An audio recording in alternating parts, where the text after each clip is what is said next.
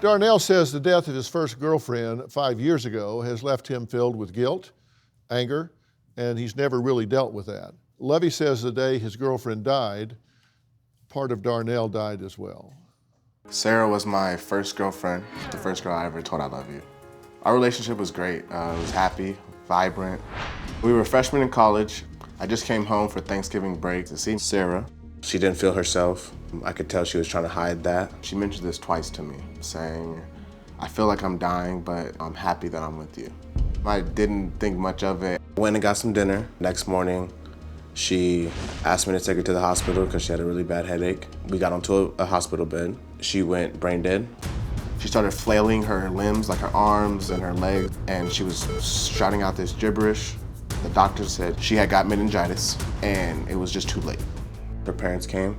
She was pronounced brain dead in a coma, and then they pulled the plug later that night. If she would have come an hour earlier, they probably could have saved her. He just could not wrap his head around the why. Why would God take someone so young, healthy, 18, full of life? After that night, I drank to get drunk.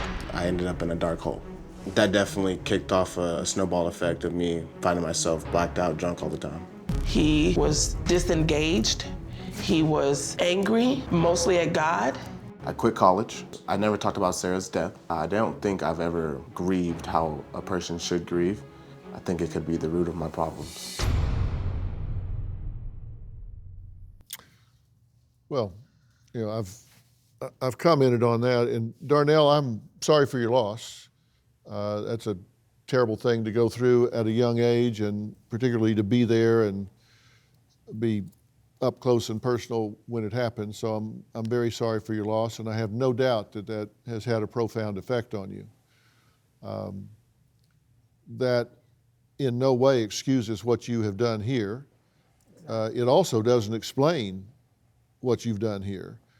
And this happened 5 years ago, which means you've had 5 years to do something about it, other than self-medicate with alcohol and drugs and get blackout drunk when you know that you rage when you do it.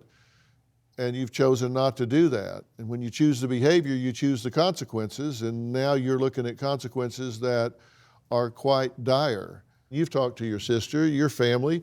From your side, what do you think constitutes justice here? It seems as though they might be trying to say that as an excuse as to why he violently beat my sister, and that's not okay. And as the law states, you have to be accountable for your crime, and that means you have to go to jail. Do you think he should spend life in prison? That's for a jury of his peers to decide. I'm just asking your opinion. I don't think he should spend life in prison, no. But I think it doesn't seem like he has quite grasped how impactful this has been on my family and my sister and her children. And he needs, I think, a little bit of a wake-up call and some remorse and some truth. What do you think's just here? I don't think he should get life in prison. I think that some of the charges are like, okay, kidnap. Is there consequences for our actions? Absolutely. There should be consequences for his action. I'm not justifying that at all. But what I am saying is a lot of times the system put guys in jail when they need rehab.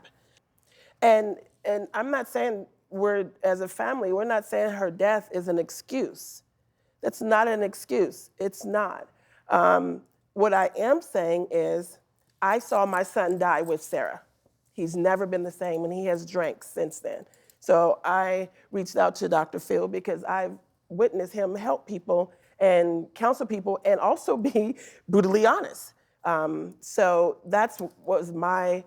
he's my child. And no, I don't believe that, just walk away and nothing happens. I don't think that is going to happen, to be honest with you. But I want him to be the best Darnell possible before any of this could happen, not just for himself, but for his daughter.